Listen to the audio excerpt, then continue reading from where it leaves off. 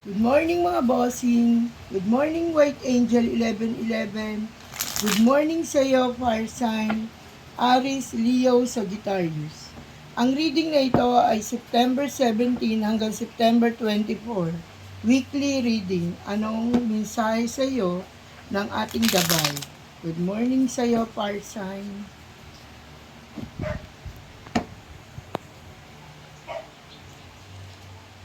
Sinasabi sa iyo, Parsan, na maginhawa ka makapaglalakbay ngayong linggong ito. Sinasabi sa iyo na may mabubuksang pahina na libro na magiging maganda at maayos na ang iyong pamumuhay.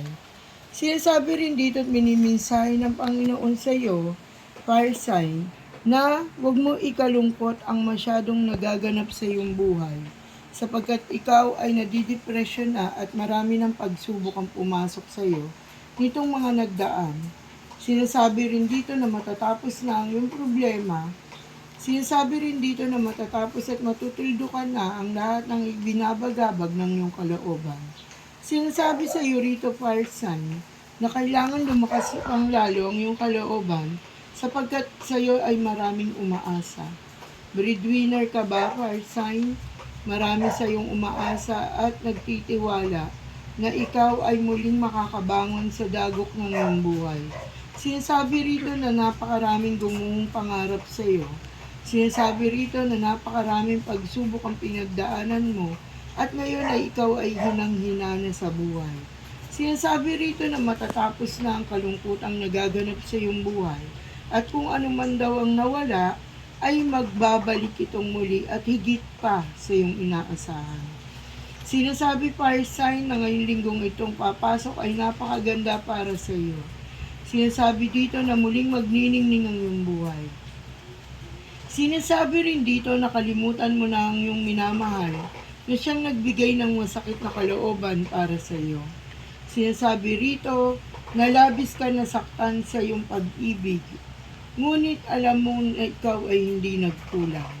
Sinasabi rin dito Fire Sign na ikaw daw ay magtatagumpay na sa iyong buhay at ito ay iyong asahan. Sinasabi rin dito na ang iyong iniibig na nasa malayong lugar ay tapat at patuloy na nagmamahal sa iyo. Sinasabi rin dito na napakarami mong pagkakautang na hindi pa nababayaran. Kung kaya't ngayong linggong ito ay magsisimula ka makaisip ng bagong pamamaraan upang madagdagan ang iyong pinagkakakitaan. At sa pamamagitan ng karagdagang pinagkakakitaan na ito, ay makakapagsimula ka ng muli ng panibago mong buhay. Maraming tao nagnanais na lokohin ka. Maraming tao ang nagpapaasa lamang sa iyo na nagsasabi na ikaw ay tutulungan ngunit ikaw ay ibinibitin lamang. Sinasabi rito na may inaasahan kang uutangang pera o tinatag na loan. Naway magtagumpay ka sapagkat ito ay maaaprubahan. Sinasabi na maningning at mabituin ang iyong linggong ito, kung kaya't wala kang dapat alalahanin. Sinasabi na ang iyong buhay pag-ibig ay magiging maganda at masagana, lalo-lalo na sa mga nagsisimula pa lamang na mag-asawa. Sinasabi rito na ikaw ay napakabuting tao, Fire Sign. Kung kaya't ang tulong ng Panginoon ng Divine Mercy ay nasa iyong mga kamay. Sinasabi na ikaw ang tipo ng tao na kapag tinulungan, ay sinusuklian mo ito ng kabutihan. Ngunit sinasabi rin dito sa iyong baraha, Fire Sign, na ikaw ay masamang magalit. Sinasabi na kapag ikaw daw ay nagagalit, hindi mo alam ang iyong mga sinasabi, at ito ay nabibitawan mo ang masasakit na salita. Sinasabi rin dito, Fire Sign, na ipagpatuloy mo ang iyong panalangin sa Panginoon at ako nagsasabi sa iyo na ikaw ay kanyang pinakikinggan. Dinidinig ng Diyos ang bawat panalangin. Sinasabi nga na kapag ikaw ay nanalangin ng kabutihan, patuloy ang Panginoon na ikaw ay pinakikinggan. Ito ang sinasabi ng pagbabago ng iyong buhay. Sinasabi na nasa iyong mga kamay ang magandang kapalaran.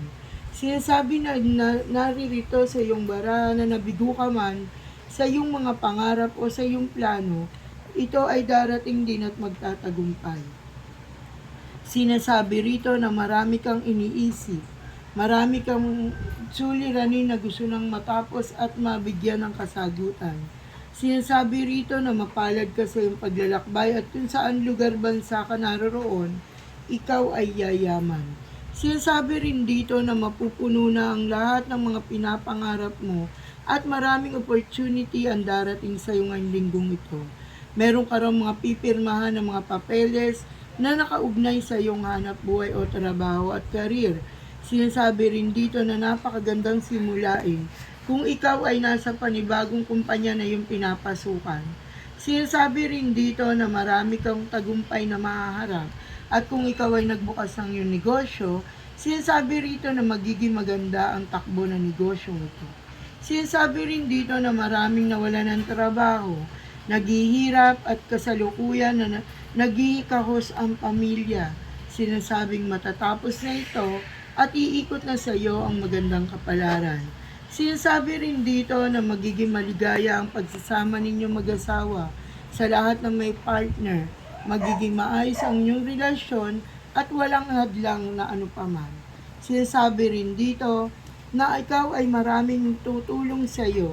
Marami kang lalapitan na hindi ka hihindian at sinasabing nagmamatyag sa iyo ang ating divine mercy upang ikaw ay patnubayan. Sinasabi rin dito na huwag kang magpakaloko dyan sa iyong minamahal. Sinasabi na alam mo na ikaw ay pinaiikot niya lamang kung kaya't nagsisinungaling siya at ikaw ay binubola niya. Sinasabi rito na kung ikaw ay dalagat binata, huwag kang magpakapokus sa pag-ibig, sapagkat ang pag-ibig na yan ay wala pang katotohanan.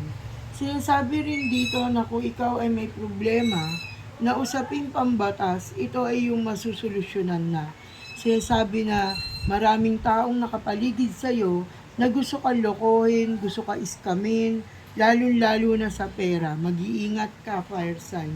Sinasabi na ang fire sign sa kasalukuyan, lalong-lalo na ang Leo at ang Sagittarius ay problemado sa pera. Kung kaya sinasabi na matutuldo ka na ito at pagpasok ng October ay magandang simula para sa iyo, fire sign. Sinasabi rin na magtatagumpay ka, fire sign. Magantay ka lamang, hindi itong panahon para ikaw ay madesperado at malungkot. At sinasabing itong linggong ito ay magiging balanse para sa iyo. Sa karir, sa pera, sa pag-ibig. Kung kaya't ang iyong pag-ibig na siyang nakakainda sa iyong puso ngayon, ay huwag mo masyadong i-focus. Sinasabi ko ikaw ay nag-aaral o estudyante, i-focus mo muna ang iyong attention sa pag-aaral. Thank you for watching, fire sign. Goodbye, bye-bye, at good luck sa iyo.